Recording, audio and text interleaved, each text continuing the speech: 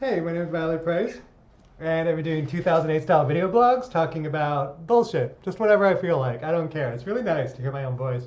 I also enjoy watching my own videos more and more every day. Almost no one watches my videos, but I can toss them on and be like, fuck yeah, sick video of me. Shout out to me in the future watching this. I hope this was a good one.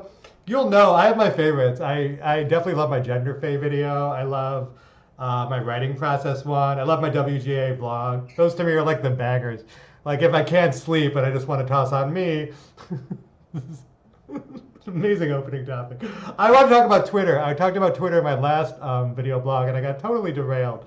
And it's a really fascinating thing because I didn't, like Twitter's basically taken over my life. I spend 8 hours a day on it, literally. I stress out over it. I have weeks where I shit post, and then weeks where I feel bad that I shit posted too much and I should have been serious posting, and then weeks where I feel like that was insane to even think.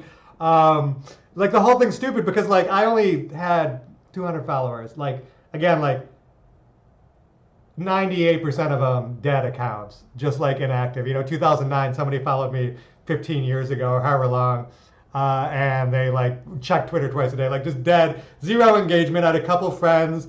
I didn't run spell check. I was like a late night shit poster. I was like always stoned out of my mind saying dumb shit. I wasn't proud of it. I deleted them all at one point, thank God. It was not that it was like, a lot of it was like 2000, like 15, like Trump sucking, like the worst kind of Twitter, like retweeting dumb political shit. Like just, it was whatever. And I like it was like whatever. I'm not a Twitter person per se, or I was not then. I've definitely been reading Twitter my whole life, like way too much. I've gone up and down. I think we all coped through Trump shamefully. We all got a little too into Twitter there for a while, and we're all not proud of exactly how it been. Like that whole thing is cringe. Our whole reaction there. We've grown so much, have we not? Have we?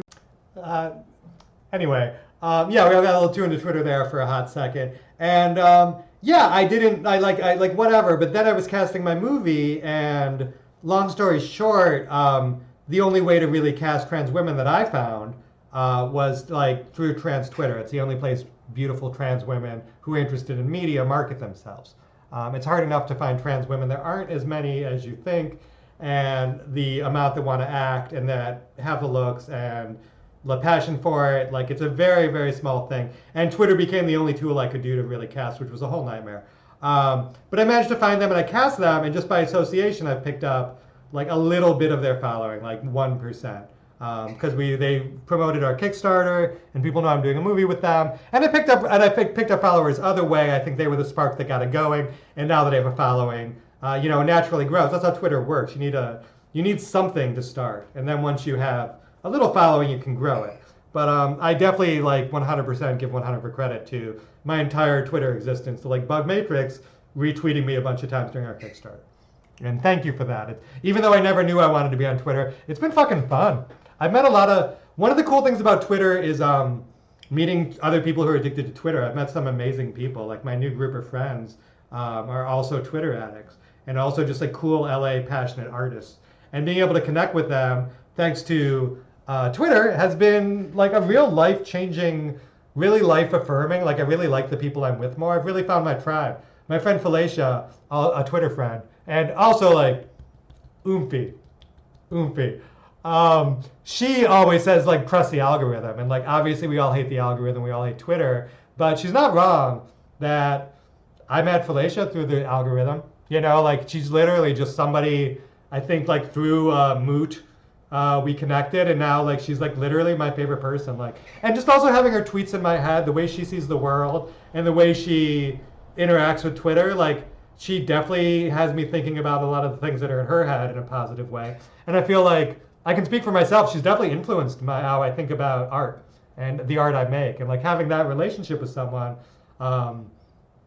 is fantastic. Like it's really enriched my life in ways I did not expect.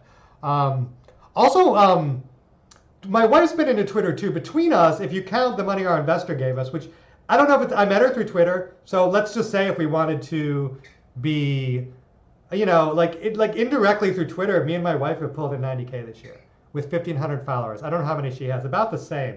She has a different Twitter than I do, and it's funny how like we'll talk at the end of the day, and I'll be like, oh my God, on trans Twitter, a mob of insane people like harassed a suicide victim's girlfriend, and it was horrifying. That's like a day in trans Twitter. I won't say names. You're not allowed to. Whatever. Shouldn't even say that. But like, just like the shit that happens on trans Twitter, like, oh, someone was harassed. Someone, blah blah blah. Like trans Twitter bullshit. And she'll be like, oh, on poker Twitter. She's on female poker Twitter. That's her niche. Or like, she'll be like, oh, I ratioed Tom Nichols. Some lib shit. No offense, honey, but she is like a reply guy lib political person. She'll kill me for saying that if she sees that, but she doesn't watch my video blog, so whatever. And what she does, which I find equally interesting to what I do, is she runs poker spaces for female poker players, and she's built enough of a following that people believe in her and they like her. And when she wants to play in a poker tournament, 25 people will give her $100, and she'll say, you know what, you get a stake. If I win, you get X percent. You make like $500. I'm entering a $50,000 tournament. You get 20%. It's called buying a stake, and she sells stakes on herself. And just through that, we've been going through some hard times with work and stuff. Like we're looking for jobs. It's been a rough time in our house. I won't get into it. But having a community of Twitter people who believe in her poker game enough to fund her gambling, that like if she would win, like, and she does sometimes, she's a very good player. She's been obsessed with GTO lately too. But having a community of like having an app that connects you with a community of people who believe in you, who give you, she's up like, I think she's gotten 7K of just like running Twitter spaces about how women should play poker. It's amazing what she did. And mine is a little different how I came about it, but like I ran a crowdfunding campaign and we made $8,000 like with 1,500 followers. Like Twitter, I mean, maybe I'm the last one to figure this out. I know if you're good enough at it, you get to be president. But the way it's changed my life, the way I interact with it has been so intense too, because like, yes, although it can make all your dreams come true, I've cast my entire movie through it. I think I'm the first movie that's entirely moods. It's not entirely moods, but it's like 80% moods. Like both of these leads in this half of the movie. I could just name a bunch of people like Jake Flores, Alan Strickland Williams. I'm talking to Turfs on Women, the Cum Man, probably. I have a friend named the Cum Man. I love Twitter.